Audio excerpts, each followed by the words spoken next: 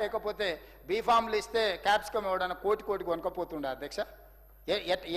ఏ విధంగా క్యాప్సికమ్ పండిస్తే ₹1 ఎకరకు వస్తుంది అధ్యక్ష?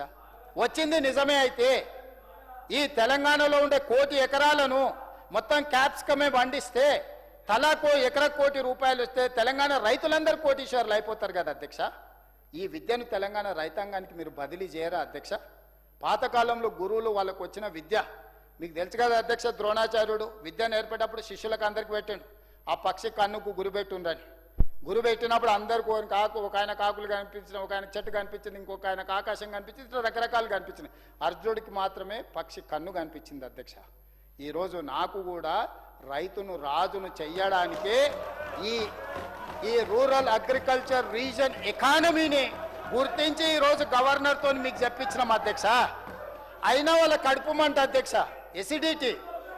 కాకరకాయ రసం తాగితే తగ్గుద్ది అది. కాకరకాయలు కూడా పండిస్తాం అధ్యక్ష వాళ్ళకి రసం ఇవ్వడానికి. అందుకోసమని ఇట్లైనా వాళ్ళకు కనువిప్పు కలగాలనేది నా ఉద్దేశం అధ్యక్ష. అందుకే ఈ రైతులను బాగు చేయడానికి తీసుకొస్తున్న ప్రణాళికల కోసమైనా గవర్నర్ గారి ప్రసంగాన్ని అభినందిస్తూ ఏకవాక్య తీర్మానం చేసినట్టు వాళ్ళ గౌరవం పెరిగి ఉండేది కదా అధ్యక్ష.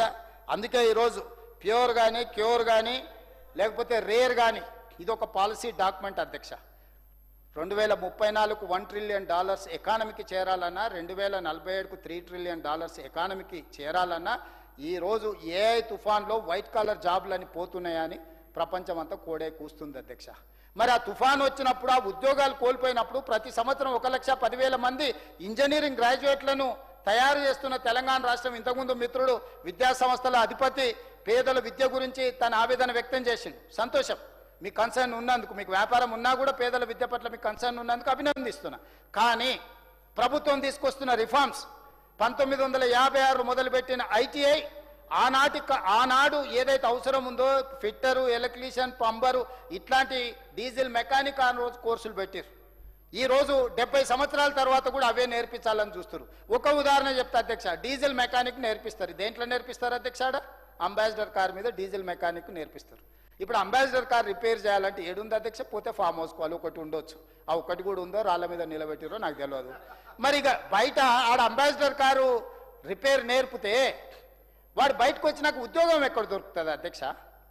అందుకే ఈరోజు ఆ ఐటీఐలను ఏటీసీలుగా మార్చి అడ్వాన్స్డ్ టెక్నాలజీ సెంటర్స్గా ప్రతి నియోజకవర్గానికి ఒకటి ఇవ్వాలి. 100 నియోజకవర్గాలలో 100 కట్టాలని మేమే కాకుండా టాటా మీకు తెలుసు ఎంత గొప్ప సంస్థను, వాళ్ళతోని జాయింట్ అగ్రిమెంట్ చేసి ఒప్పందం చేసుకొని 2,400 కోట్ల రూపాయలతోని ఈరోజు ప్రణాళికలు రచిస్తే 14% తెలంగాణ రాష్ట్ర ప్రభుత్వం పెడితే కార్పొరేట్ సోషల్ రెస్పాన్సిబిలిటీ ఫండ్స్ కింద 2,100 కోట్ల రూపాయలు టాటా సంస్థ పెట్టి 100 ఇన్స్టిట్యూషన్లో 65 ప్రారంభించిన అధ్యక్ష. ఇలా వేలాది మంది పిల్లలు అక్కడికి వెళ్ళి నేర్చుకుంటున్నారు. ప్రపంచంతో పోటీ పడే నూతన టెక్నాలజీని ఈరోజు రోబోస్తో సహా అక్కడ వాళ్ళకు నేర్పుతున్నారు అధ్యక్ష. అందుకే వచ్చే అకాడమిక్ ఇయర్ నుంచి ఈ ఏటీసీలో చేరే ప్రతి విద్యార్థికి ₹2,000 వాళ్ళకు